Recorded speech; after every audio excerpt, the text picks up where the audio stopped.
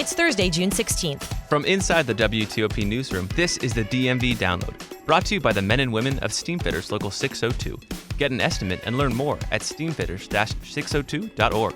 Here are the stories we're working on for you today. DC is taking a dramatic legal step to get a grocery store into one of the city's food deserts. We speak with the city's deputy mayor for economic development about the mayor's move and what it'll mean for the neighborhood that doesn't have any fresh food options. When you look at food access in Wards 7 and 8, about 85% of residents aren't within walking distance or 1 mile of a grocery store. And we talked to an organization on the ground about the reality of rising hunger in our area. When you don't have access to healthy food on a regular basis, you're going to see the health disparities. And cross your fingers, this evening, FIFA will announce whether DC and Baltimore are one of the winning bids to host the 2026 Men's World Cup.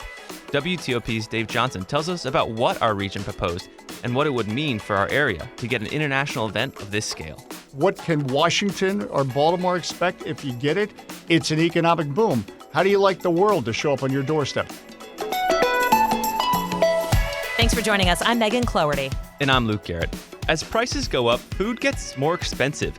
Many of us are searching for the best deals on food, but in some areas of our community, there are no full-service grocery stores at all. It's called food deserts, and DC is on a mission to change that. The district is announcing it's taking the legal step of eminent domain to bring a giant food to a part of Ward 7, which is essentially a food desert. Joining us now is Deputy Mayor for Planning and Economic Development, John Falcicchio. John, thanks for being here on Zoom. Thanks so much for having me. Just to start, can you tell us where this new giant is going to be built and why its location is so important?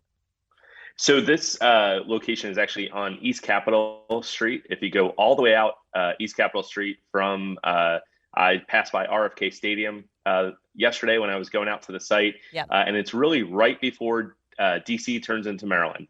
And so why is this location so important? You know, we mentioned food deserts, there's the term food swamps, but locations that really don't have a ton of full-service grocery stores. Why is this location important? Yeah, so Mayor Bowser actually set out on a mission to make sure that we're addressing food deserts. When you look at food access in Wards 7 and 8, about 85% of residents aren't within walking distance or 1 mile of a grocery store. So what we want to do is use our new tool that Mayor Bowser created, the Food Access Fund, as well as another tool called Nourish DC, to actually really attack the problem and to create food access points, or simply put, grocery stores in more parts of Ward 7 and 8. And Mayor Bowser, used eminent domain here to bring this new giant food to Ward 7. So eminent domain is not an easy process. It has to go through DC Council and get approved by the courts. So can you first explain, what eminent domain is to our listeners, and then also explain why the mayor went through such lengths to use it to get this location? Yeah, so eminent domain is a process by which the District of Columbia government, or really any state or city government, has the ability to buy a land for a public good, but they do it really without the ability of the property owner to say no. So in movie terms, it's an offer that can't be refused. So what we've done is we've actually gone to the council. We asked for the authorization to do this. And the reason that's important is because you want all stakeholders to have input on that process. And we wanted to make sure that the record was clear that there is a public good in us acquiring this particular site. So Mayor Bowser made it clear. She said it yesterday when we were literally standing on the site. Eminent domain is not something she takes lightly because you're taking a property from a property owner. But it was so important that we advance a grocery store at this site. It was the fastest route to do it. And the giant is obviously part of a broader plan to increase food access in D.C., specifically, as you mentioned, in Wards 7 and 8. There's the Good Food Markets in Bellevue. Construction's underway in Skyland, Fort Davis, and Kenilworth for new grocery stores. Can you tell us about this bigger plan and how close D.C. is to really, achieving this goal of providing these access points? Yeah, so Skyland is actually a good example of another grocer that is coming to DC. We're really excited. They're going to open before the end of the year. But one that might not get as much attention as that Lidl at Skyland is Good Foods Market, which is on South Capitol Street. And that really is a great example of a store that is about 3,000 square feet. It's not a huge store, but it has so many options, and it has fresh produce in a neighborhood that didn't have access to a grocery store. So by setting up markets like Good Foods Markets on South Capitol Street, Mookie's Market in Fort Davis, and then Fresh Food Factory in Kenilworth. Really, what you need is about 3,000 or 4,000 square feet is the minimum you need to really deliver a lot of options. And when you do that, you're putting it in within the walking distance of residents. And that's what's so important. And John, DC Hunger Solutions, they sent out a report in 2021 that said, since 2010, there's actually been kind of a rollback in access points in DC. So why should DC residents be sure that, this plan is going to actually work and stick this time? Well, this is where we're really leaning in for the first time to make sure that the district government is intentional. So I know you've heard Mayor Bowser say that items like the American Rescue Plan give us a once in a generation opportunity to really invest in our communities. And that's where this funding comes from. American Rescue Plan dollars that are invested into the community to do something that we otherwise wouldn't be able to do. So we're committed to this, and we're doing it in ways big and small, and maybe even ways that are giant. I see what you did there, John. I see what you did there. What's the next step in this specific giant acquisition? I mean, when would we actually see a grocery store there? Yeah, so what we have to do is we have to file the eminent domain proceeding. That's happening imminently. We also have a letter of intent with Giant, but we need to finalize the negotiations with Giant. So really our focus right now is making sure that we get the eminent domain filed, and then we present our plan to the council for that site so that Giant can begin really as soon as the council completes this process, the design is finished, and really just full steam ahead from there. Amazing. John Falcicchio, Deputy Mayor for Planning and Economic Development for DC. We really appreciate your time. Thanks. All right. We now turn to those on the ground in the district fighting food insecurity. DC Hunger Solutions is a nonprofit that works to end hunger in the nation's capital and connect residents to nutritious foods. Director of the organization, Beverley Wheeler, joins us now. Beverley, thank you for making the time. Thank you. So in your latest grocery report in 2021, DC Hunger Solutions found that the grocery store gap between high-income and low-income neighborhoods has actually grown since 2010. So to start off, can you tell us about this increase and why it's happening? So one of the reasons is that the income disparities have grown over the last 12 years, and the pandemic only exacerbated and laid bare the disparities that we already knew about. Another reason is that for large grocery chains, income and education are still some of the key metrics that they use for locating their stores. So until that changes, we're not going to see a lot of grocery stores moving into the underserved neighborhoods that we're concerned about. And what does that gap really mean for those residents who are living, in those areas without accessibility to food? That means that they don't get it. Now, we don't use the term food deserts, but we have to recognize that a lot of people have to go a long way to be able to get to a major grocery store. But there are smaller grocery stores. That's why we're so excited about the DC initiatives that are put in place, because they're multifaceted in how they address healthy food access for these communities. And can you talk about, we just spoke with the Deputy Mayor for Public Safety, John Falcicchio, about the new Giant that's hopefully coming in via eminent domain. But can you talk about, the health disparities that this really creates? It's a ripple effect. It's not just, I can't walk to my grocery store that I need to get to. It then changes the decisions you make when you're buying food, and it changes your health, and then it changes your family's health. I mean, there's more to it here than just where you go grocery shopping, correct? Absolutely. When you don't have access to healthy food on a regular basis, you're going to see the health disparities. You're going to see more diabetes, more high blood pressure. You're going to see a lot of those health issues.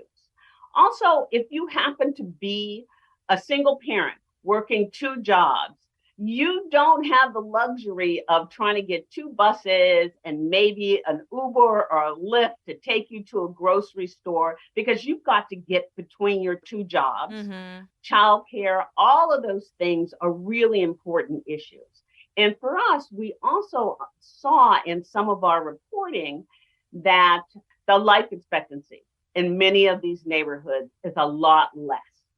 So, and you can just look at income, education, all of those things, and the number of grocery stores. Now, there's been a concerted effort within the DC government to, address this problem. So, as your organization is a data-driven and research-driven place, what assessments do you make on the actions of the DC government? Are they doing a good job? Is their work actually helping people? We're really excited. When we actually accepted the fact of the business model for larger grocery stores, we decided that maybe we need to support smaller footprint grocery stores. So the kinds of programs that we have helped us do that. There are a lot of different stores, even Lidl, that are moving in because we've decided we need to figure out another model. So initially the fight was, can we get these giant stores to change where they're, where they'll go in? And now it's like, okay, maybe that's not the fight. Is that what you're saying? Exactly. When we first did our first study in 2010, we said, oh, great. What we'll do is we'll give you tax incentives to have you move in.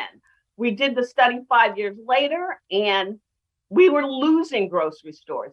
So we actually asked, we said, why aren't you moving into these neighborhoods? And that's when they told us education and income. Thank you very much for the incentives, but we're still not coming. Is that just because they assume that people aren't going to spend as much money? Exactly. That seems like a very simplistic, question to you, but I didn't realize that that's how grocery stores chose where they were going to go in. It's a business model. It's a marketing plan, a business model, and you can't fault them for that. And so now the solution is to make smaller footprint stores to increase the profit margin? Is that what I'm hearing? Well, the smaller footprint stores, they're easier for people to start.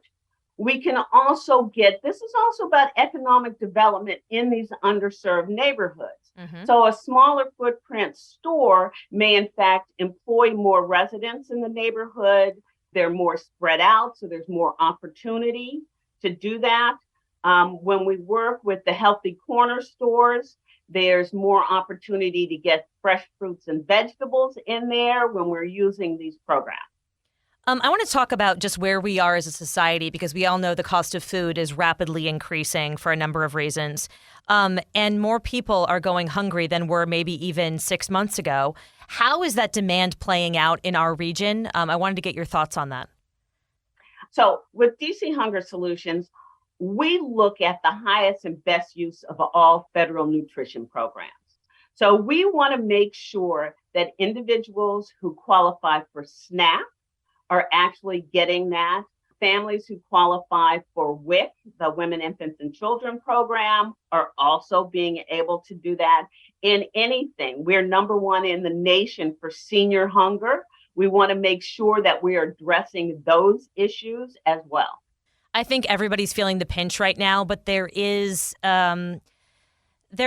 value in noting to our community members who are listening that, there's a lot of people who are not able to just say, oh, I'm going to save a little less, or I'm going to not go on that vacation and buy these groceries instead.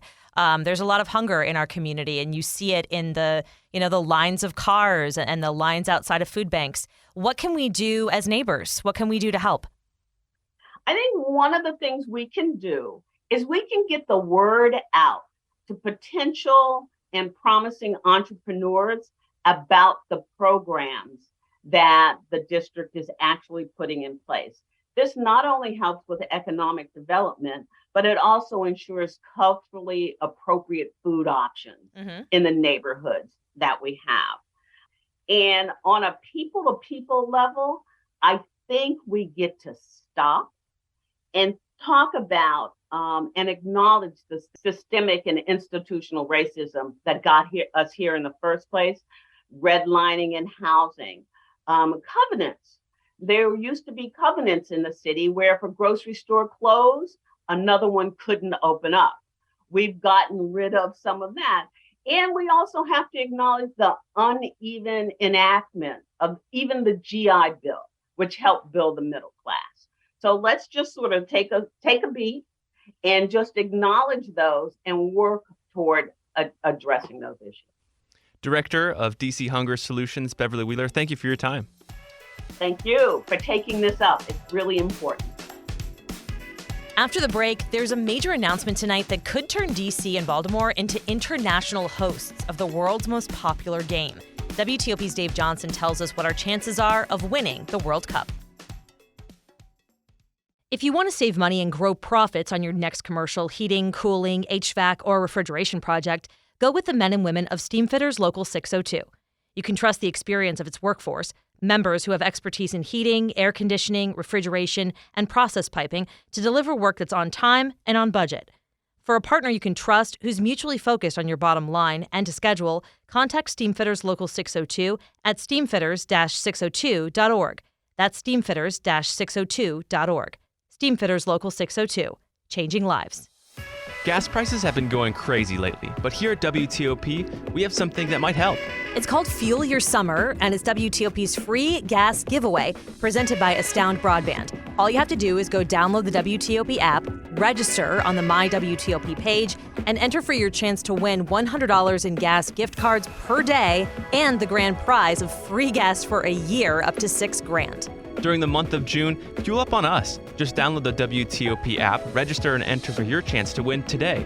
Fuel Your Summer is brought to you by Astound Broadband, powered by RCN. Boost your internet with a gig and experience better. Visit astound.com. So check it out as soon as you can. Tonight, DC and Baltimore will learn whether they'll host games during the Men's World Cup in 2026. It would be a huge deal for both cities to host the international event. FIFA's unveiling which cities will host the 2026 World Cup at 5 p.m. WTOP's Dave Johnson, who is also the voice of DC United, has been following this bid and is here to tell us what he thinks our chances are. Hopefully he has some kind of, insider information for us. Dave, thanks for being here. Let's start with what this might look like if we do win. DC and Baltimore went in on this bid together, so the World Cup would essentially be held in both cities? I mean, how would Well, they had to go into the bid together because separately neither bid would have survived. Baltimore, with competition from Philadelphia and New York, would not have survived. Washington, without a stadium, would not have survived. So FIFA, which is a very powerful organization, the world governing body for soccer, and U.S. Soccer, the governing body for soccer in this country, encouraged the Baltimore-Washington bids to come together. Encourage is another way of saying if you still want a shot at this, you come together and it's a joint bid. So Baltimore offers the stadium because FedEx is not an option for a World Cup game. Again, a World Cup is a 5-star, is the biggest sporting event on the planet. Right. And Audi's too small. Oh, no, yeah, that's not even a consideration. I think sometimes people, no, not at all. I mean, you need to have 75, 80, 90,000 seat capacity. Again, this is an event that will have 3.6 billion viewers. For the final alone, half the planet will watch. An average World Cup soccer game, just a first-round game in 2018, worldwide audience of 200 million, which is the same as the worldwide audience of the Super Bowl. But that's for the Super Bowl, the big NFL game. This is just for Morocco versus or whoever. Wow. And no disrespect to that. I'm just saying a first-round game. Yeah. So I think people need to understand the magnitude of this. The other thing that is so important about a World Cup, the last time we hosted a World Cup in 1994, made a profit. We are still living off that profit in this country. The U.S. Soccer Foundation was created. Now, why does that happen versus with the Olympics?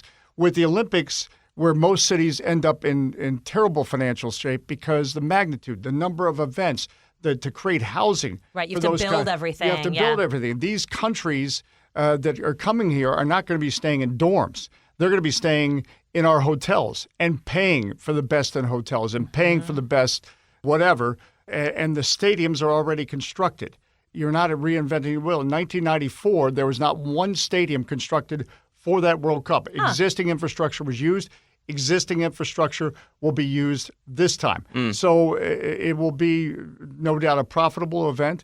So in terms of what can Washington or Baltimore expect if you get it, it's an economic boom. How do you like the world to show up on your doorstep? How do you like a million people? And literally, it'll be the world. It'll be the world. How do you like a million people to participate in the Fan Fest in the National Mall? But to break it down simply, FIFA wants Washington, I believe, to be a part of this, the 250th anniversary of our country.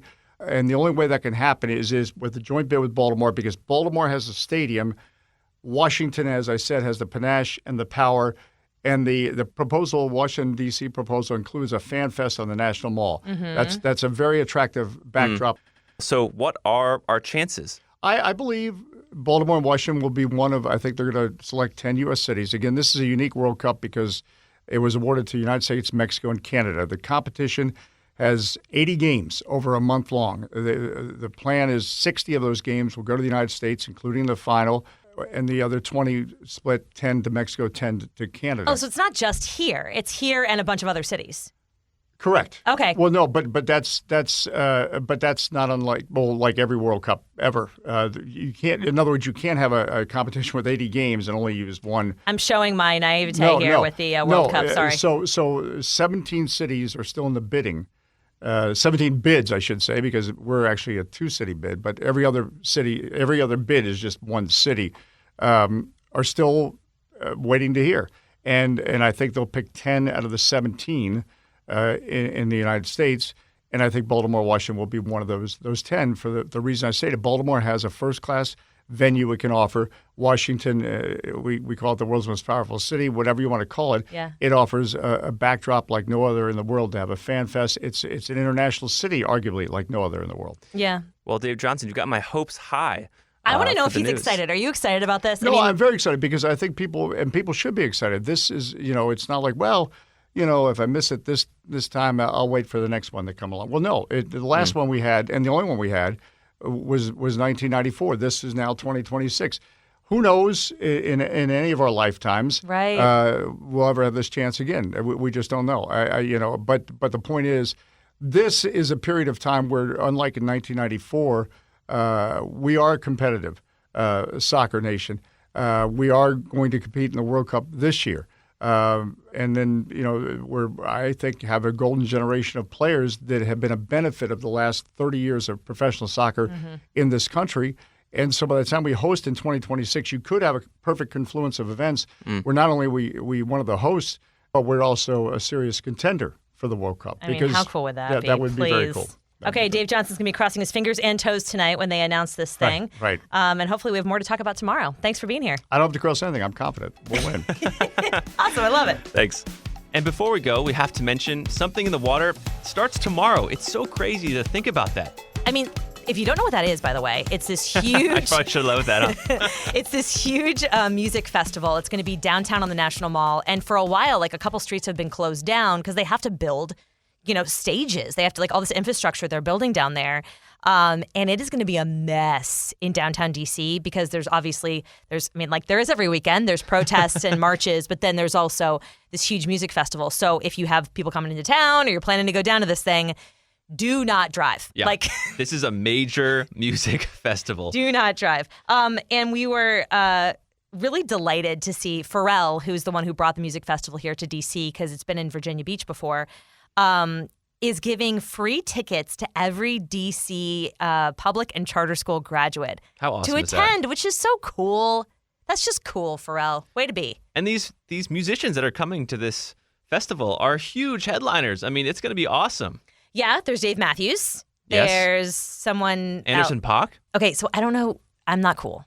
What? Who's in it? You don't know who he is or what? I mean, I've heard his name, but I don't know what music he plays. And you are younger than me, so you probably know all about this. Anderson .Paak is he's heavy funk R&B. He plays the drums and sings at the same time. It's like boom, boom. And he sings. It's like so. I saw him a few years back at another music festival in California. And you may have heard of it. It's Coachella. Yes, I did go to Coachella.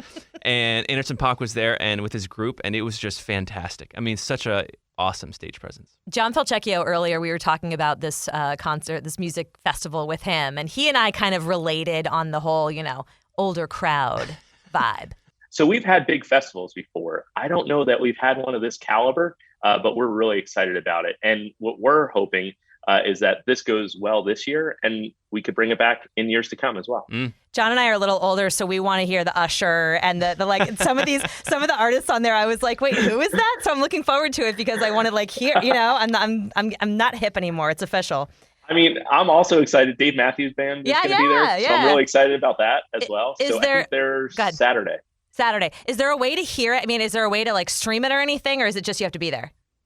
Yeah, so actually, I think it's on Amazon Music or Amazon Prime. If you go to the Something in the Water website, they actually have the ways that you could experience it from the comfort of your own home as well. But you were saying, too, from the business angle, a lot of local businesses are getting in on this. Like you mentioned, Ben's Chili Bowl. Like they're folding in the restaurants and stuff like that into the festival. Yeah, they're on the festival. They're literally on the festival grounds on Independence Avenue. And I know it's not quite noon, so I shouldn't talk about beer. But City State Brewery, they're going to have some of their beer down there. I know they've got a beer dedicated to Big G of the Backyard Band. So there's so many like local tie-ins. But what's great is there's a lot of DMV all mixed in throughout the festival. And that'll do it for us today on this show. Thanks for joining us. This show is brought to you by Steamfitters Local 602. Our managing editor is Craig Schwab, and our music is by Real World. Give us a review and rate our show if you get the chance, and follow us on social media where we're posting content every day from behind the scenes. You can find out more about the podcast and become one of our VIP listeners at dmvdownload.com. The DMV Download is a product of WTOP News. Listen on 103.5 FM in the D.C. area, 107.7 FM in Virginia, 103.9 FM in Frederick, Maryland, online at WTOP.com, and on the WTOP News app. Have a great night, everyone.